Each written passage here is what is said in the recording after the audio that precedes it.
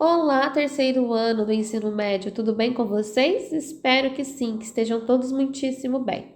Aqui quem fala é a professora Jéssica da disciplina de arte e hoje, através da semana 5, vamos estudar os elementos que constituem aí as obras das artes visuais, ok? Então vamos lá. Quando a gente fala dos elementos, né, são todos aqueles que constituem, por exemplo, um desenho, uma pintura, né, a sua base por si só. Então, a cor, ele é um elemento muito importante, né, e um elemento que pode sim carregar uma energia, que precisa também de um estudo, porque quando a gente fala não só das artes, né, porque o artista com a sua obra ele vem também, de certa forma, provocar uma reflexão. Então, logo, ele precisa das cores certas para que, ainda que seja uma leitura subjetiva, ela conseguir, através de caminhos, né, diferentes, se chegar à mesma conclusão, digamos assim. E o mesmo pode ser notado quando a gente fala da publicidade, propaganda, né, o design. Por quê? Quando, né, uma empresa ela quer vender um produto, até a cor ela é pensada, né, para o seu público ideal. Então, quando a gente fala das redes de fast food, por exemplo, como o Burger King, o McDonald's, né, percebem que prevalece a cor vermelha, prevalece também a cor amarela, né, que são cores que vão instigar a fome, são cores quentes. Então, a cor, ela não é um elemento simples, e sim muito complexo, certo? Então, levando em consideração que as cores têm um espectro solar, né? Podemos dizer que cor, então, é a luz. E vocês conseguem imaginar isso? Então, vejam, por exemplo, a imagem.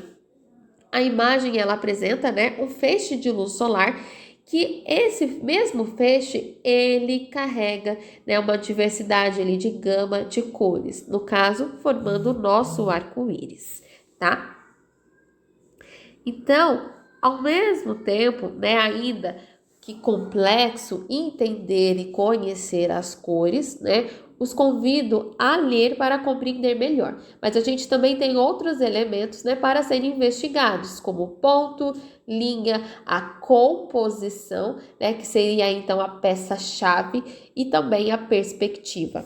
Então, quando a gente fala de ponto, ele é o elemento inicial, porque a nossa escrita, né, um desenho, uma reta, ela se inicia em um ponto, né? E a sua continuidade é linha. Então, os pontos, nada mais, nada menos que são os fragmentos de linha que aparecem de vários tamanhos, ok? Enquanto as linhas, né, que têm a sua fundamentalidade, é o segmento desses pontos, né? E claro, possibilita ali os contornos, as formas e também, né, dá a movimentação. Ele dá um movimento para as imagens ou para a forma, né, desenhada.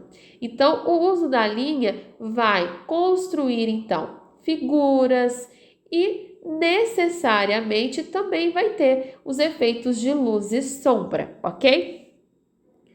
Então, quando a gente fala da composição, né, que seria ali a chave, né, por exemplo, de muitas obras, de muitos desenhos, e a composição, falando também fora do papel, de um espaço, lugar, a gente falando isso fora do papel, mas ao mesmo tempo visualmente, a composição ela é muito importante, né? Então, aqui tem até um questionamento. Você já se deparou com uma situação de ter uma folha em branco na sua frente e não saber por onde começar a construir uma imagem? E ao mesmo tempo é quando vocês têm um espaço vazio e vocês precisam preenchê-los, né? Com diferentes ali objetos, móveis, por exemplo, uma cozinha, uma sala. Então, a composição é ela que vai dar toda aí essa harmonia, digamos assim. Então, se há também um estudo, para, né, de certa maneira, compreender, né, e se adequar a essas composições, para que sejam feitas, né, composições harmônicas, tá? Então, para entender como criar e por onde começar e como finalizar trabalhos, existe a composição, tá? E temos também a perspectiva, né, desenvolvida ali no Renascimento, né? A perspectiva, ela vem nos apresentar, né, diferentes elementos e em um mesmo plano, né? A perspectiva, ela vem nos dar o volume, vem nos dar a largura, vem nos dar, de certa forma, a tridimensionalidade, ainda que dentro de um papel. Então, ela vem organizar aí, né, esta visão, tendo um ponto de fuga para a organização, né, dessa perspectiva e nos apresentar planos mesmo por uma folha de papel. Então aqui vocês têm exemplos, né, do que seria essa linha, né? E essa linha, letra A, ela está expressando bem a questão do movimento. O ponto, né, que ainda que muito simples e pequeno que seja, juntos eles podem formar também imagens. E um exemplo disso é o próprio movimento do pontilhismo. Composição. Vocês veem aqui, né, exemplos de composição. Então, a junção desses elementos, né, desses objetos, digamos assim, eles são harmônicos, certo? E a perspectiva, que ela vem apresentar a profundidade, o volume, certo? Então, vamos lá.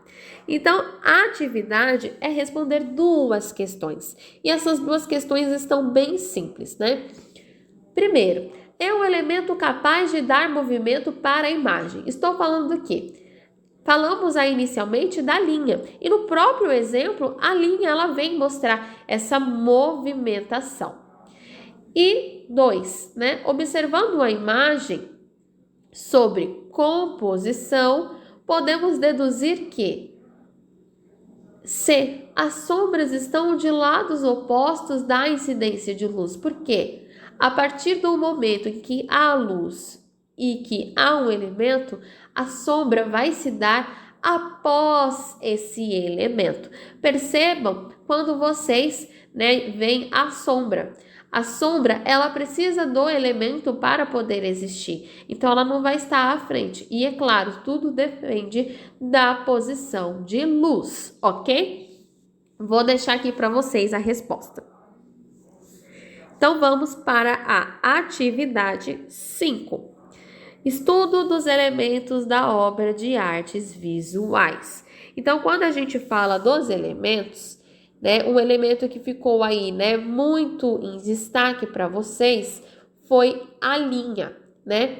Então, investigando ali a linha,